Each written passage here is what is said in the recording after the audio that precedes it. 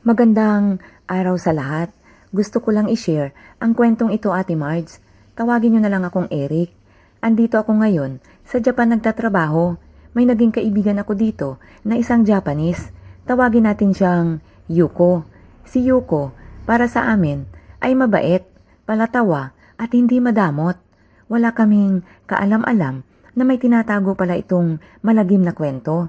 Nalaman lang namin ito dahil sa isang insidente. Hindi mo talaga masabi ang ugali ng tao kung magbabase ka lang sa mukha. Machine operator kami dito sa isang pabrika. Isang araw ay nagulat kaming lahat ng isang malakas na sigaw ni Yuko ang narinig ng lahat. Tapos biglang tahimik.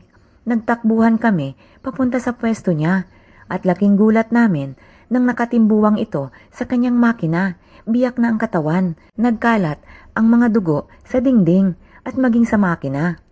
Nagkatinginan ang lahat hanggang sa kumalat ang balita tungkol kay Yuko. Bago pala ito nangyari sa kanya ay lagi na itong tulala na parang may kinatatakutan. Nagsasalita mag-isa. Lately kasi ay magkahiwalay kami ng shift sa trabaho kaya hindi ko ito napapansin sa kanya. Ang kwento, Ate Marge, si Yuko ay may asawa, kasal at may isang anak. Sa loob pala ng bahay nila ay isa itong lasinggero at nambubugbog ng asawa. Battered wife ang asawa nito. Hanggang isang araw ay bigla na lang naglaho ang asawa nito na iwan ang 2 taong gulang na anak. Hindi ko din alam na may anak pala si Yuko, Ate Marge. Ang bata ay napunta sa mga magulang ng asawa ni Yuko. Lahat ay naghanap sa asawa niya. Ngunit hindi ito natagpuan.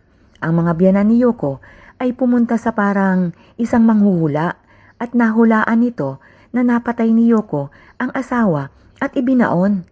Piniga nila si Yuko, ngunit wala silang makuhang kasagutan mula dito. Walang ebidensya, kaya walang nagawa ang mga magulang ng asawa nito. Hanggang sa isang araw ay may iba ng kinikilo si Yuko, naging magugulatin at nagsasalita mag-isa. Ang sabi nila ay binubulabog ito ng kaluluwa ng asawa niya hanggang sa sumapit na nga ang araw na ito.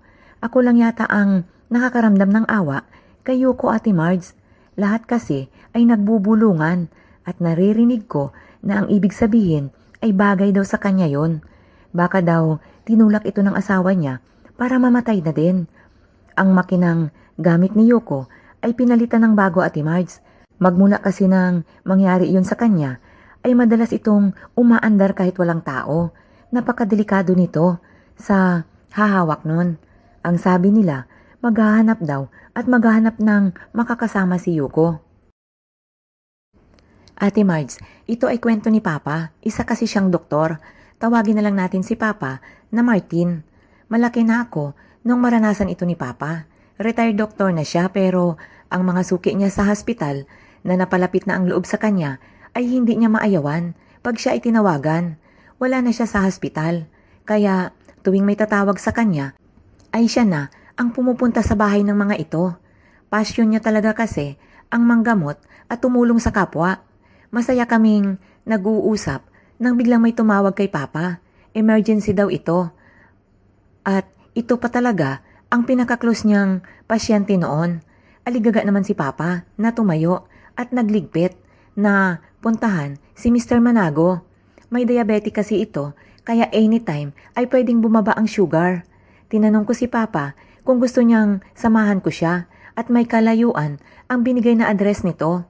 Umayaw naman si Papa at magbus na lang daw siya.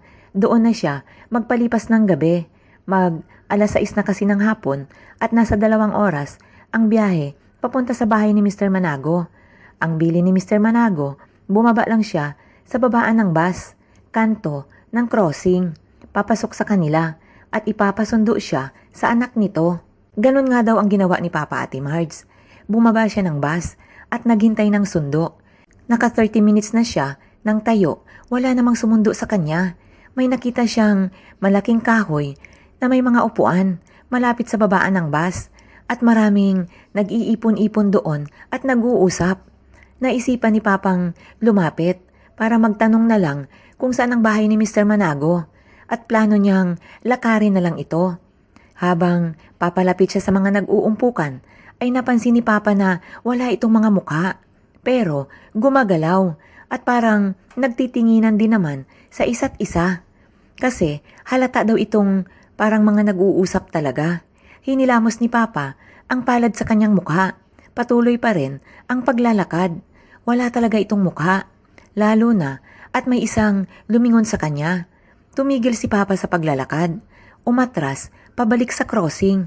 Tingin pa naman ni Papa ay wala nang bus na dadaan pa at gabi na.